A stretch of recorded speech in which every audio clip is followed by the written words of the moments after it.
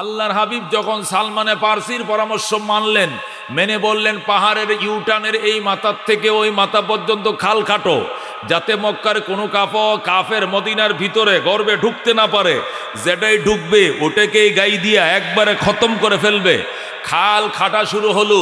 আল্লাহ নবী সাল্লাল্লাহু আলাইহি সাল্লাম সময় দিলেন, এত দিনের ভিতরে পরীক্ষা এখনো শেষ করতে হবে। খাল কাটা শেষ পর্যায়ে চলে আসছে, যুদ্ধের সময় চলে আসছে। কাল দিন পরে একদিন পরে যুদ্ধ শুরু হবে। আল্লাহর হাবিব সাহাবায়ে কেরামের কাছে এসে জিজ্ঞেস করলেন, ফরিকা খনন কতটুক হইছে? সাহাবায়ে কেরাম বলল, হুজুর ফরিকা খনন শেষ, শুধু 3টা বড় বড় পাথর, এগুলো ভাঙ্গা যাচ্ছে না। 3টা বড় বড় পাথর, এক একটা 10 টন 12 টন ওজন। এই পাথরগুলো ভাঙতেও পারি না, খালের মাঝখানে পড়ছে, সরাইতেও পারি না। আগের দিনে তোর কারেন্ট ছিল না, মেশিন ছিল না, বেকু মেশিন ছিল না, কথা বুঝছেন তো? পাতা দামি বেকু ছিল না, মেশিনপত্র ছিল না। এটা ভাঙ্গাও যাচ্ছে না, সরানো যাচ্ছে না। আল্লাহ নবী সাল্লাল্লাহু আলাইহি সাল্লাম বললেন, হাতুড়িটা আমার হাতে দাও। এই 1/2 কেজি ওজনের একটা হাতুড়ি আল্লাহ নবী হাতে নিয়ে বিসমিল্লাহির রহমানির রহিম কয়ে বড় পাথরের মধ্যে টুক্কা দেওয়ার সাথে সাথে এই পাথরটা 2 ভাগ হয়ে যায়। আল্লাহর হাবিব শুধু বিসমিল্লাহ বলে পাথরে আঘাত করতে দেরি, পাথরটা চুলছিড়া করে বিজয় একদম তন্ন তন্ন হয়ে ভেঙ্গে চুরমার হয়ে যায়। বলে আল্লাহু আকবার। পাথরটা যখন ভেঙ্গে যায়, পাথরের মাঝখান থেকে একটা আলো বের হয়, একটা অগ্নিফুলকি বের হয়। এই আগুনটা আল্লাহ নবী দেখা মাত্র আল্লাহু আকবার বললেন। সাহাবায়ে কেরাম বললেন, ইয়া রাসূলুল্লাহ, ইয়া হাবিবাল্লাহ, আপনি কি দেখলেন? আমি দেখছি আশ্চর্য ঘটনা। কই কি ঘটনা? পাথর তো ভাঙছে, পাথরের ফাঁকে আমাকে আল্লাহ দেখাইছে অল্প কিছুদিনের ভিতরেই ইটালির রাজধানী রোম আল্লাহ আমি নবীর হাতে তুলে দিবে। সুবহানাল্লাহ। আমি ইটালির রাজধানী রোম আমার সাহাবীরা দখল করবে, মুসলমানদের কবজায় চলে আসবে। সাহাবীরা বিরাট খুশি হইলেন, আনন্দ করলেন, মিছিল করলেন। এরপরে 2 নম্বর পাথরটা আঘাত করলেন, এই পাথরের কণাগুলো ছোট ছোট উঠায় ফেললেন, এটা খাল পরিষ্কার করলেন। এখন 2 নম্বর পাথরে যায় নবী বিসমিল্লাহ বলে আরেকটা আঘাত করলেন, ওই পাথরটাও ভেঙ্গে চুরমার হয়ে যায়। আল্লাহু আকবার। সেখানেও অগ্নিফুলকি বের হয়। আগুনের ফাঁকে দেখলেন, সেখানে নবী আল্লাহু আকবার বললেন, ইয়া রাসূলুল্লাহ, আপনি এখন কি দেখলেন? কয় আমি এখন দেখেছি ওই ফারসের রাজধানী আমি নবীর হাতে আল্লাহ তুলে দিয়েছে। বলেন আল্লাহু আকবার।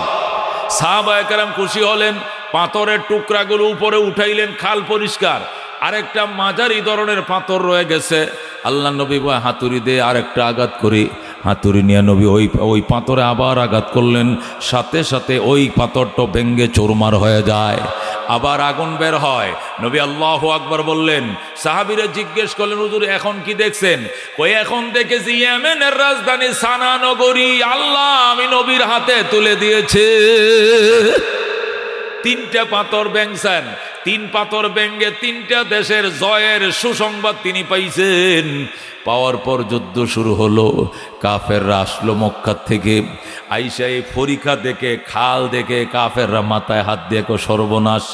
এই বুদ্ধি মোহাম্মদ কোত্থেকে পাইল? এই জ্ঞান তারে কে দিল? নিশ্চয়ই সালমান ছাড়া এই বুদ্ধি অন্য কেউ দেয় নাই। সালমানের বাড়ি ফারস্যে, নিশ্চয়ই সালমান এই বুদ্ধি দিছে। এই ফরিকা পার হওয়া তো আমাদের সম্ভব নয়। শের খোদা আলী পাহারায় দাঁড়াইছেন, বুক ফাতারে লম্বা তীর আর ধনুক, হাতে আছে তরবারি। আল্লাহু আকবার। তরবারে আলী ডাক দেয়া কয়, বাপের বেটা হইলে খালে নাম দেখি, যেটাই নামবে সেখানেই জাহান্নাম করে দিব। যেরকম আল্লাহু আকবার। তখন ওদের মধ্যে শক্তিশালী একজন ছিল আব্দুল্লাহ ইবনে আব্দে রব্বি। আব্দুল্লাহ ইবনে আব্দে রব্বি ওদের মধ্যে একজন বীর পুরুষ ছিল। তাকে ওরা হায়ার করে আনছে, টাকা দিয়ে কিনে আনছে মুসলমান নিধন করার জন্য। আব্দুল্লাহ ইবনে আব্দে রব্বি খালের মধ্যে পা রাখছে। আল্লাহু আকবার। হযরতে শের খোদা আলী রাদিয়াল্লাহু তাআলা আনহু বাম হাত দিয়ে তরবারির দিয়ে আঘাত করছে, সাথে সাথে সে জাহান্নামে চলে যায়। হযরত আলী রাদিয়াল্লাহু তাআলা আনহু, যেটা তাদের মধ্যে সবচেয়ে সিংহ পুরুষ ছিল, বীর বিক্রম ছিল, এটাকে যখন খতম করে দিলেন, আর কোনো বেঈমান খাল পার হতে সাহস পায় নাই। সব খালের ওই পারে 150 গজ দূরে নিরাপদ দূরত্ব বজায় রেখে ওখানে লাইন ধরে দাঁড়িয়ে রয়েছে। সাহাবায়ে কেরামকে তারা ব্যারিকেড দিয়ে রাখছে 21 দিন। কয়দিন? 21 দিন পর্যন্ত ব্যারিকেড দিয়ে রাখছে। সাহাবায়ে কেরাম তো মদিনায়, আল্লাহু আকবার, সাহাবায়ে কেরাম তো পড়ে গেছে ভিতরে, ব্যারিকেডের ভিতরে। খাবার শেষ হয়ে গেছে, পানিও শেষ হয়ে গেছে, খেজুর নাই, খুরমা নাই, পানি নাই। সাহাবায়ে কেরাম মাতা নাসরুল্লাহ, মাতা নাসরুল্লাহ, আল্লাহর সাহায্য কবে আসবে, কবে আসবে চিৎকার শুরু করছে। আল্লাহ জিব্রাইলকে পাঠাইছেন, পাঠায় আয়াত দিয়া বলছেন, আলা ইন্না নাসরাল্লাহি করিব। আল্লাহু আকবার। জিব্রাইল আয়েশা বলে, ইয়া রাসূলুল্লাহ, হাবিবাল্লাহ, আপনিও মাতা নাসরুল্লাহ বলতেছেন, সাহাবীরাও মাতা নাসরুল্লাহ বলতেছে। আল্লাহ আমারে পাঠাইছে, অতি নিকটে, অতি শীঘ্রই আল্লাহর সাহায্য নিয়ে আমি আসতেছি। আল্লাহু আকবার। ও দোস্ত, কাফেররা দাঁড়ায় রয়েছে, হঠাৎ করে আল্লাহু আকবার আকাশটা ডাক দিছে। বৈশাখ মাসের দিন আকাশ ডাক দিয়া যেরকম উত্তর আকাশে কালবৈশাখীর অন্ধকারে ছেয়ে যায়, এমনভাবে কালবৈশাখীর ডাক মারছে যে দেশে 6 মাসে 9 মাসে বৃষ্টি হয় না, 2 বছর একবার বৃষ্টি হয় না, যে দেশের মানুষ বৃষ্টি দেখার অভ্যাস কম, এই দেশে যখন কালবৈশাখী শুরু হয়েছে, আর যখন দেখতেছে উত্তর থেকে অন্ধকারে ছায়া আসতেছে, যেমনে ঠাডা, এমনে বজ্রপাত, এমনে বিজলি, কাফেররা দেইকা ডাক, দেখো আয় আয়, গেলে আয়, জলদি আয়, গেলে আয়, মুহাম্মাদের খোদার গজব নাজিল হয়ে গেছে। মুসলমানদের খোদার গজব আইসে গেছে, এখানে টিকা যাবে না। এই বলে যে কাফেররা পলাইলো, যে যেদিক পারে পলাইছে। ইহুদিরা মক্কার কাফেরদের জন্য ডেক্সি ভরা গোশত পাকায় নিয়ে আসছিল, রুটি বস্তা ভরা তন্দুল রুটি বানায় আনছিল, আর ডেক ভরা গোশত বোনা করে আনছিল, মক্কার বেঈমানদেরকে খাওয়াইবে মদিনার ইহুদিরা। বাতাস আইসে এমন জোরে ধাক্কা দিছে, ডেক্সি পর্যন্ত কাত হয়ে পড়ে গেছে, গোশত বালির মধ্যে পড়ছে, ডেক্সিরে বাতাসে উড়াইয়া নিছে। আল্লাহু আকবার। এরা যে উটগুলো বাঁধছিল খেজুর গাছের গোড়ায়, এ উটগুলোকে এমন ধাক্কা দিছে বাতাসে, রশিতে টানে এই দিকে, বাতাসে ধাক্কায় ওই দিকে, উটগুলো ঘ্যা ঘ্যা করে চিল্লান শুরু করছে, উটগুলো ফাঁসি খায়া যাইতেছে। কাফেরদের লিডার আবু সুফিয়ান ছিলেন তখন। আবু সুফিয়ান ডাক, দেখো আয় রে আয়, গেলে আয়, গেলে আয়, মুহাম্মাদের খোদার গজব নাজিল হয়ে গেছে। বলেন আল্লাহু আকবার। এই যে কাফেররা পলাইছিল, লুঙ্গি থুয়ে পলাইছে, লুঙ্গি থুয়ে পলাইছে, উলঙ্গ হয়ে দৌড়াইছে বিল ফাতারে, মরুভূমির ফাতারে, একটা কাফের ময়দানে টিকে নাই। বলেন আল্লাহু আকবার। সাহাবায়ে কেরাম যখন বিজয় নিশান উড়াইয়া 21 দিন পর মদিনা শরীফ গেলেন, তখন মদিনার মধ্যে তারা পুরা পাবলিসিটি শুরু করলেন, আমরা অল্প দিনের ভিতরেই পারস্য জয় করব, অল্প দিনের ভিতরে ইতালির রাজধানী রোম দখল করব, অল্প দিনের ভিতরে ইয়েমেনের রাজধানী সানা নগরে দখল করব। মদিনার মুনাফিকরা কই, এই খবর তোরা কই পাইছস? কই, এটা আল্লাহর নবীকে আল্লাহ নিজে দেখাইছে। খন্দকের যুদ্ধে পাথর আঘাত করছিল, পাথরের মাঝখান থেকে এই চিত্র আল্লাহ দেখাইছে। আল্লাহু আকবার। তখন মদিনার মুনাফিকরা বলেছিল, মুহাম্মদ, মুহাম্মদ আজগবি কথা, আজগবি গল্প কইরো না, ভাত খাইতে পাও না, আদার ব্যাপারে জাহাজের খবর লইও না। জোরে কর নাউজুবিল্লাহ। কয়, আজকে একদিন একটা খুরমা খায় 3 দিন জিহাদ করো, যুদ্ধ করার সামগ্রী তোমাদের নাই, পেট ভরে 2 বেলা ভাত খাইতে পারো না, তোমরা বুঝি আমাদের বিরুদ্ধে যুদ্ধ করবা, আর পারস্য জয় করবা, রোম জয় করবা, ইয়েমেন জয় করবা, এটা দিবা স্বপ্ন কোনোদিন বাস্তবায়িত হবে না। কাফেররা যখন সাহাবায়ে কেরামকে নিয়ে উপহাস শুরু করে দিল, তখন আমার আল্লাহ তার বন্ধুর কাছে আয়াত পাঠাইছে, বন্ধু, আমি যে সুসংবাদ দিয়েছিলাম এটা তো শুধু আপনাকে দেখাইছিলাম, দুনিয়াবাসীকে জানানোর জন্য আমি আয়াত পাঠাইয়া দিলাম। বলেন আল্লাহু আকবার। তখন আমার আল্লাহ এই আয়াত দিয়ে জিব্রাইলকে পাঠাইছেন, জিব্রাইল যান, আমার বন্ধুকে আমার সালাম বল, আর বল কুলিল্লাহুম্মা মালিকাল মুলক তুতিল মুলকা মান তাশা ওয়া তানজিউল মুলকা মিম্মান তাশা ওয়া তুইজ্জু মান তাশা ওয়া তুযিল্লু মান তাশা বিয়াদিকাল খায়র ইন্নাকা আলা কুল্লি শাইইন কাদির। বলেন আল্লাহু আকবার। জিবরাইল আইসা বলে, ইয়া রাসূলুল্লাহ, হাবিব আল্লাহ, এটা আপনার আয়াত হিসাবে গ্রহণ করেন। সূরা আরাফের 30 নম্বর আয়াত। আল্লাহু আকবার। আল্লাহ রাব্বুল আলামিন জিবরাইলকে পাঠাইছে। জিবরাইল নবীকে শোনায়, নবী গো, আগে যেটা দেখাইছি ফাতরের ফাঁক দিয়া, এটা তো মুজিজা স্বরূপ আপনি দেখছেন, আপনার সাহাবীরা দেখে নাই। কোরআনের আয়াত আপনার সমস্ত সাহাবায়ে কেরামকে শোনায়া দেন। আল্লাহ নবী যখন আয়াত তেলাওয়াত করে শুনাইলেন, তখন বেঈমানরা মাথা নিচু করে দিয়েছে আর বিশ্বাস করে ফেলছে ওই দিন দেরি নয়, যেদিন মুহাম্মাদের হাতে অর্ধেকটা দুনিয়া চলে যাবে। আল্লাহু আকবার। যেই কথা সেই কাজ। হযরত ওমর ফারুক রাদিয়াল্লাহু তাআলা আনহুর শাসন আমলে ওমরের রাষ্ট্রের এরিয়া ছিল 2,55,00,000 বর্গ মাইল। আল্লাহু আকবার। ওমর যখন দেশ চালাইছিলেন তখন তার রাষ্ট্রের এরিয়া ছিল 2,55,00,000 বর্গ মাইল। বলেন আল্লাহু আকবার। বিশাল পৃথিবী শাসন করেছেন ওমর, বিশাল পৃথিবী শাসন করেছেন ওমর। ও দুস্থ, তারপরেও কোনো আয়নাগর ছিল না, কোনো জুলুম ছিল না, কোনো ফেসিস ছিল না। মদিনা শরীফ শুয়ে রয়েছে ওমর, সেখান থেকে 1,500 মাইল পশ্চিমে ওই আফ্রিকার জঙ্গল থেকে হরিণ আর সিংহ নদীর ঘাটে পানি পান করে গালের সাথে গাল মিলাইয়া। আল্লাহু আকবার বলেন। আফ্রিকার জঙ্গল থেকে হরিণ আর সিংহ আইসে নদীর ঘাটে পানি পান করে। সিংহ হরিণের দিকে তাকায় না, হরিণও সিংহর দিকে তাকায় না। এবার হরিণ সিংহরে ডাক দেখো, মামা, আগে তো আপনাদের অত্যাচারে জঙ্গলে থাকতে পারি নাই, শুধু দৌড়ায় দৌড়ায় ধরছেন আর খাইছেন, এখন এত বড় পরহেজগার কেমনে হইলেন? বাগিনাতের খোঁজ খবর লন না, কারণটা কি? সিংহ ডাক দেখো, বাগিনা কথা কম কো, বাগিনা কথা কম বলো, হযরত ওমরের শাসন চলছে। আল্লাহু আকবার।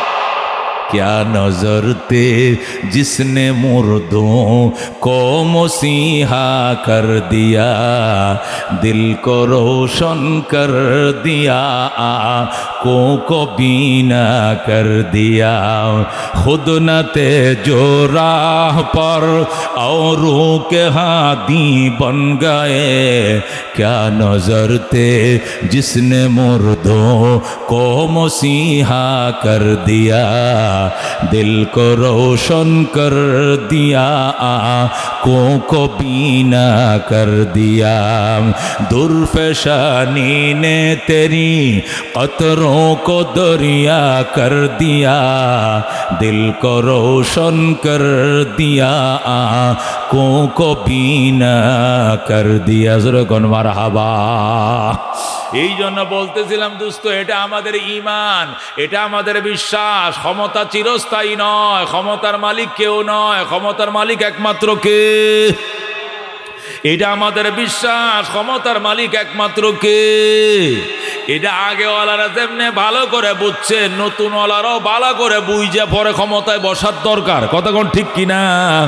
সবাইকে এই জ্ঞান অর্জন করতে হবে, ক্ষমতার মালিক আমরা নই, আল্লাহ ক্ষমতার মালিক। আমাদেরকে কিছুদিন চালানোর জন্য সুযোগ দেয় আল্লাহ। কথা কোন ঠিক কিনা? এই জন্য দোস্ত আল্লাহ বলেছেন, ইয়ারফাইল্লাহুল্লাযীনা আমানু মিনকুম, ঈমানদারেরা শোন, ঈমানের কারণে তোদের সম্মান, তোদের মান, তোদের ইজ্জত আমি আল্লাহ বাড়িয়ে দিয়েছি। আর তোমরা নিজেদের ইজ্জত নিজেরা নষ্ট করিও না। তোমাদের কিন্তু একটা সম্মান আল্লাহ দিছে কিনারে বাজান? মুসলমান হিসাবে একটা সম্মান আছে। আল্লাহ যদি ঈমানদারকে ছোট জান্নাত দেয়, এই জান্নাতটা দুনিয়া সমান 10টা দুনিয়া বরাবর হবে, ঠিক কিনা?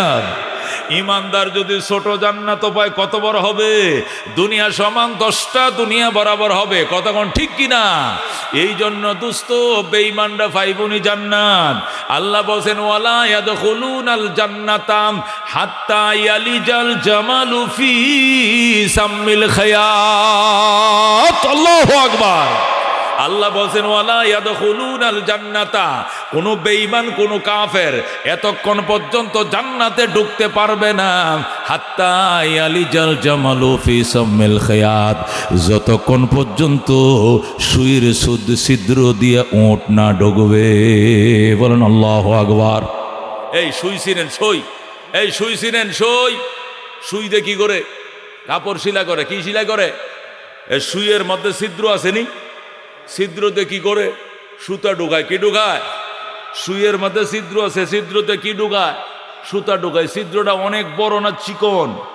একদম চিকন। আল্লাহ বলেন ওয়ালা ইয়াদখুলুনাল জান্নাতা, কোরআনে বলেন কোন বেঈমান, কোন নাস্তিক, কোন কাফের, কোন হিন্দু, কোন বৌদ্ধ, কোন খ্রিস্টান, কোন কমিউনিস্ট আল্লাহকে বিশ্বাস করে না এমন কেউ জান্নাতে ঢুকিতে পারিবেন না।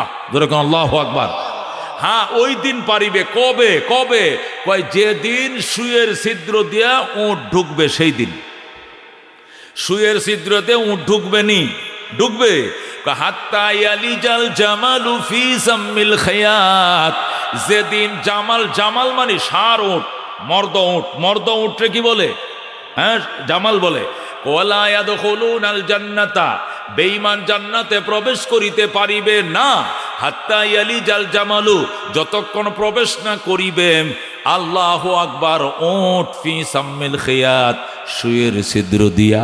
সুয়ের ছিদ্র দিয়া যেদিন উট ঢুকবে জান্নাতের গেট দিয়া, ওই দিন বেঈমান ঢুকবে। ধরে কোন আল্লাহু আকবার। এই জন্য দোস্ত সুয়ের ছিদ্র দিয়ে জীবনে উট ঢুকবে না, জান্নাতের গেট দিয়ে জীবনে বেঈমান ঢুকতে পারবে না। কথা কোন ঠিক কিনা? এই জন্য নিজেদের মর্যাদা ভুলে যেও না। রাজনৈতিক ফায়দা হাসিলের জন্য নিজের আত্মমর্যাদা ভুলে যাইও না।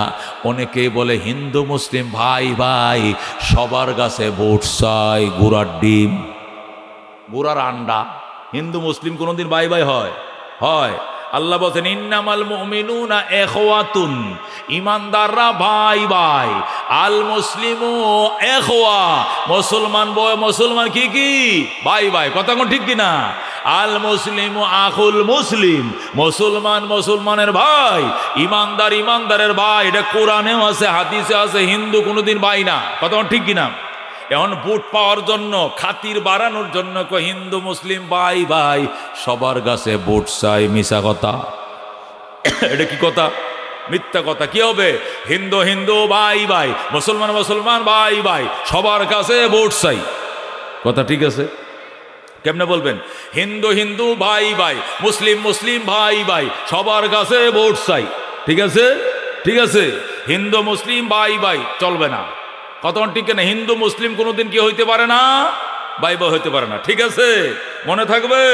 তাহলে কি বলবেন? হিন্দু হিন্দু ভাই ভাই, মুসলমান মুসলমান ভাই ভাই, সবার কাছে ভোট চাই। কতক্ষণ ঠিক কিনা? এরপরে যদি ভোট দেয় তাহলে নেবা, না দিলে নাই, কিছু করার নাই। তারপরে হিন্দু মুসলিম ভাই ভাই নয়। কতক্ষণ ঠিক কিনা? অনেক আছে তারা বলে ধর্ম যার যার, উৎসব সবার। এই জন্য বেঈমানদের উৎসবে তারা যায়, জিলাপি খায়, ফিডে সিরা খায়। কতক্ষণ ঠিক কিনা? এটা মুসলমান হিসাবে তুমি বেহায়া, তুমি বেলা যা, এই জন্য তুমি গেছো। ঠিক কিনা? এটা চেয়ারম্যান যাইতে পারে, উপজেলা চেয়ারম্যান যাবো, ইউপি চেয়ারম্যান যাবো, মেম্বার যাবো, হেরা সবারই প্রতিনিধি। ঠিক আছে কিনা? এটা ধর্মীয়ভাবে বিবেচনা করা হবে না। এটা দায়িত্ব হিসাবে গেছে যায় সালাম আলকে একটা দিয়ে আয়া পড়ছে। কতক্ষণ ঠিক কিনা? কিন্তু তুমি মসজিদ থেকে এসার নামাজটা ফইরিয়া টুফিটা ফকেটে রাইখিয়া কেমনে দুর্গা পূজায়, কালী পূজায়, সরস্বতী পূজায় যাইয়া চেয়ারের মধ্যে আগে কেমনে বইছো? তুমি এত বেহায়া বেলাজা কেমনে হইছো? আল্লাহ কয় নিজের ইজ্জত নিজে ধ্বংস করিস না। যে ধর্ম যার যার, উৎসব সবার, এটা স্লোগান হারামি স্লোগান। এটা হারামি স্লোগান। ঠিক কিনা? আসল স্লোগান হইল ধর্ম যার যার, উৎসব তার তার। কতক্ষণ ঠিক কিনা? ধর্ম যার যার, উৎসব তার তার। আমার ধর্ম আমার উৎসব, তার ধর্ম তার উৎসব। কতক্ষণ ঠিক কিনা? এই জন্য একটা না আরেক জায়গায় লাগাইও না, তাহলে ধর্ম থাকবে না। কতক্ষণ ঠিক কিনা? এই জন্য আল্লাহ ডাক দিয়া কই ইয়ারফাইল্লাহুল্লাযীনা আমানু মিনকুম, ঈমানদারেরা ঈমানের কারণে তোমাদের সম্মান আমি বাড়িয়ে দিয়েছি, বাড়াইয়া দেব। ওয়াল্লাযীনা উতুল ইলমা দারাজাত, যাদেরকে ইলম দিয়েছি এদের মর্যাদা অসংখ্য গুণ বাড়িয়ে দিয়েছি। সুবহানাল্লাহ। আল্লাহ বলেন এমনিতেই ঈমানের কারণে বেঈমানদের উপরে তোমাদের মর্যাদার কোনো শেষ নাই। আবার এই ঈমানদার যদি আলেম হয়, আল্লাহ যদি এদেরকে ইলম দেয়, আল্লাহকে ওয়াল্লাযীনা উতুল ইলমা, যাদেরকে ইলম দেওয়া হয়েছে আমি আল্লাহর পক্ষ থেকে দারাজাত, এদের মর্যাদা অসংখ্য গুণ বাড়িয়ে দিয়েছি। যেরকম আল্লাহু আকবার। একটা আলেমের মর্যাদা যে কোনো টাইম, এনি টাইম একটা আলেমের মর্যাদা প্রেসিডেন্টের বেশি, আল্লাহু আকবার, প্রধানমন্ত্রীর থেকে বেশি, মেয়র সাহেবের থেকে বেশি, উপজেলা চেয়ারম্যান থেকে বেশি, বিএনপি বলেন, জাতীয় পার্টি বলেন, আওয়ামী লীগ বলেন, যে দলেই বলেন, যে কোনো নেতা নেত্রী, তালুকদার, শিকদার, খান, ফাটান, চৌধুরী, ব্যাপারী, শিল্পপতি, গাড়ির মালিক, বাড়ির মালিক, অটো মিলের মালিক, অনেক কিছুর মালিক হতে পারো, আলেম শুধু কোরআনের হাফেজ, তার পায়ের দোলা বরাবর হইবা না, হইবা না। কতক্ষণ ঠিক কিনা? আলেমের মর্যাদা এত বেশি। এই মসজিদে যদি আমাদের মাননীয় প্রেসিডেন্ট চুপ্পু সাহেব আসে জোহরের নামাজের টাইমে, উনি তো গণপ্রজাতন্ত্রী বাংলাদেশ সরকারের মহামান্য রাষ্ট্রপতি, কথার কথা, উনি যদি এখানে কোনো কারণে আসে, আসার পরে জোহরের নামাজ উনি পড়ে, তাহলে ইমামতি কি আমাকে ইমাম সাহেব করবে না প্রেসিডেন্টে করবে? কেন ইমাম সাহেব করবে? কে প্রজাতন্ত্রের অভিভাবক না উনি? উনাকে আগে দেওয়া উচিত। কথা কোন ঠিক কিনা? কিন্তু এখানে ইমাম সাহেব যদি বলে না, উনি তো সবার আগে থাকবে, কারণ উনি গণপ্রজাতন্ত্রী বাংলাদেশ প্রেসিডেন্ট, ওনাকে সামনে দেন, ওনাকে সামনে দেওয়া যাবে, ও মিম্বরের বাহির দেনে সামনে খাড়া করা দেব, কিন্তু মিম্বরের ভিতরে জায়নামাজটা কার থাকবে? ইমাম সাহেবের থাকবে, কারণ এটা সর্বোচ্চ একটা ফুস্ট। এই ফুস্টটা, ইমামতির ফুস্টটা প্রেসিডেন্টের ফুস্টের থেকেও দামি। যেরকম আল্লাহু আকবার।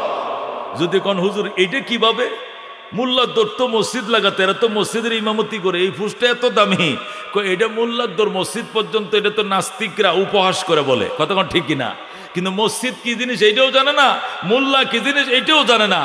এ মুসলমান, ইমামতি এমন একটা ফোস, আল্লাহর নবীকে আল্লাহ 99টা ফুস দিছেন। কটা ফুস মনে রাখেন?